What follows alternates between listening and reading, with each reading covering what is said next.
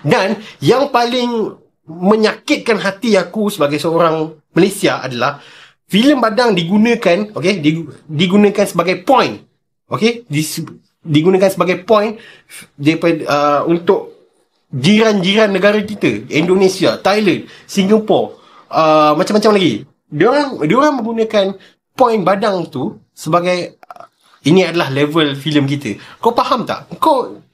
Aku tak kisah kau ada duit, kau nak buat filem, kau nak jadi hero, kau pergi mampus, tapi kau membawa nama Malaysia. Orang luar, di luar sana, Indonesia, Thailand, Singapura memandang rendah terhadap kita kerana filem Badang.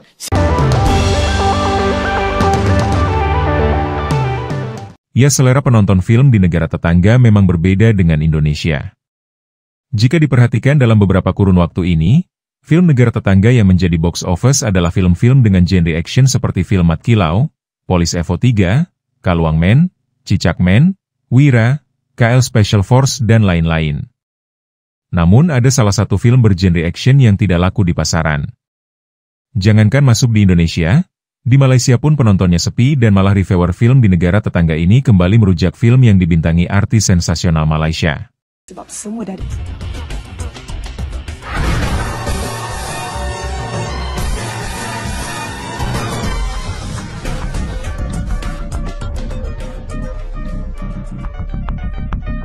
saya akan balas dendam sampai ke lubang cacing.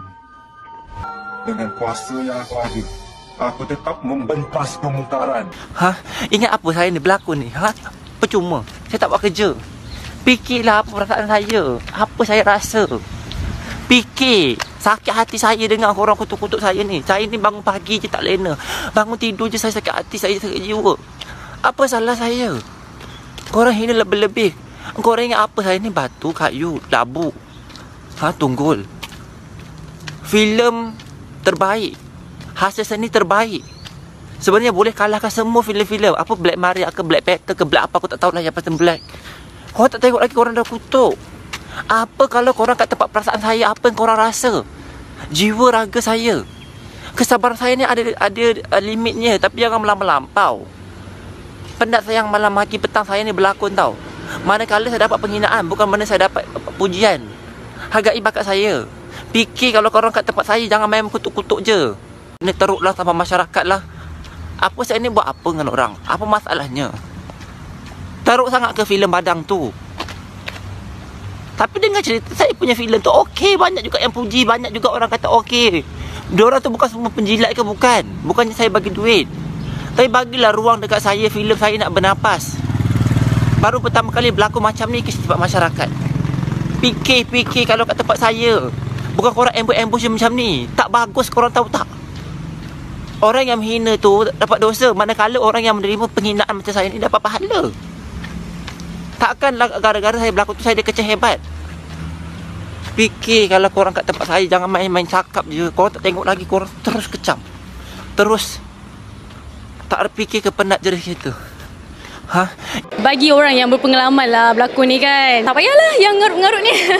Chris sendiri pun memainkan peranan dia. Dia punya karakter itself membuatkan netizen tak suka dengan movie tu. Badang, right? Filem Badang, obviously pada awal tahun itu kita dah tonton.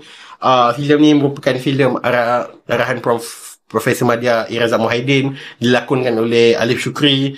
Aku tak tahu kenapa dia jadi watak utama, tapi still kau tengok daripada trailer pun kau dah tahu dah filem ni agak low quality dan CGI bersepah. Kenapa filem ni perlu ada? Yang paling menyakitkan hati aku sebagai seorang Malaysia adalah filem Badang digunakan, okey, digunakan sebagai point, okey, digunakan sebagai point daripada untuk jiran-jiran negara kita, Indonesia, Thailand, Singapura, macam-macam lagi. Diorang menggunakan point Badang tu sebagai ini adalah level filem kita. Kau faham tak?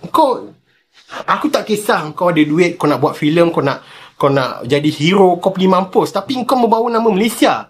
Orang luar, di luar sana, Indonesia, Thailand, Singapura memandang rendah terhadap kita kerana filem Badang. Seriously, dalam komen aku boleh dapat banyak komen-komen daripada jiran-jiran kita, rakan-rakan kita daripada Indonesia. Apabila kita berbalah dengan diorang tentang kehebatan filem Indonesia dan juga kehebatan filem Malaysia, Diorang menggunakan filem-filem badang, filem-filem yang sampah ini yang membuatkan you guys jadi senyap. Jadi macam, alamak, aduh, macam mana aku nak cakap ni sebab even though kita ada banyak filem-filem gempak pada tahun ini, tapi kita still ada banyak filem-filem sampah yang ini adalah digunakan sebagai point untuk orang-orang luar menyerang kita, kau tahu tak? Aku macam walaupun kita ada banyak filem-filem gempak, tapi kita still mempunyai banyak filem-filem sampah, right? Dah nak masuk ke satu, kedua ni, tiba-tiba aku jadi marah pula. Sebab aku baru-baru ni di attack dalam komen, cuba nak mengangkat filem-filem Indonesia. Aku tak kisah, memang filem-filem Indonesia ni gempak. Tapi apabila diorang sentuh tentang perfilman Malaysia dan diorang bagi poin badang, aku terus senyap. Aku jadi macam, fuck. Shit, aku tak boleh nak angkat filem-filem gempak ni, tiba-tiba diorang bagi poin filem badang. Mampus, aku dah tak boleh nak cakap apa. Serius. Ini adalah satu sebab kenapa aku pernah mention filem-filem ni, kerana dia menarik semula filem-filem gempak dalam Malaysia ni jadi kepada taraf biasa saja, sedangkan kita dah boleh pergi ke taraf Hollywood. Kenapa benda ni boleh jadi? Right? Yang terbaru ni, Dato' Alif Shukri jadi hero filem Pulik. Oh my god, apakah ini? Dato' nak try berlakon Pulik ke? Tak cukup lagi ke duit tu? Ke nak tambah duit untuk rumah baru yang berjuta-juta reganya tu? Kan Datuk jenis jaga penampilan. Takkan nak biarkan poster movie pertama Datuk macam cincai je sampai viral jadi kutukan netizen. Adakah Datuk cuba untuk mengulangi sejarah hitam Dr. Rosemary? Di mana beliau sekarang? Exactly, tak tahu. Lagi satu, cuba you all tengok poster-poster yang netizen buat yang abang Yuk rasa lagi semenggah daripada poster official yang non-hado. Kemudian cuba you all tengok poster-poster ni. Ada juga netizen yang sempat menganjing. Ambo you all, tak takut kena saman ke? Kalau you all tengok video belakang tapir kiranya, kostum pun, ya ampun, dalam warna hijau macam cat guna watercolor yang biasa kita guna masa kelas seni tu. Langsung tak menggambarkan ada titik badang. Lepas tu, tompok-tompok coklat kat punggung tu. Apa kehanya tu? Nampak bengkak semacam punggung tu. Yelah, korang mesti tahu kan lagi dah badang. Dia mana ada pakai kostum-kostum bagai ni. Dia cuma tunjukkan badan dia yang sadar tu je. Jadi pemilihan Dato' Alif macam kurang sikit. Pilihlah talent lain macam Sazali Samad ke, Zul Arifin ke, Farin Ahmad ke. Yang abang Yuk rasa paling hello, Hairul Azrin. Ini tak. Dato' Alif tu dengan kucing ajaib dia tu pun dah melatah. Ini kan pula jadi hero filem aksi. Kau rasa macam mana, Yuk? Agak-agak bilalah kita boleh tengok filem aksi superhero tempatan setaraf macam luar negara tu? Ya, sebenarnya ada banyak film bukan hanya dari Malaysia, tetapi juga film-film Hollywood, film Bollywood, maupun film dari Indonesia yang juga mengalami kegagalan dan menderita kerugian. Dan ada banyak faktor yang mempengaruhinya. Tidak hanya dari sisi marketing, namun dari sisi adegan, pemeran, dan hal-hal lain dalam sinematografi juga ikut mempengaruhinya.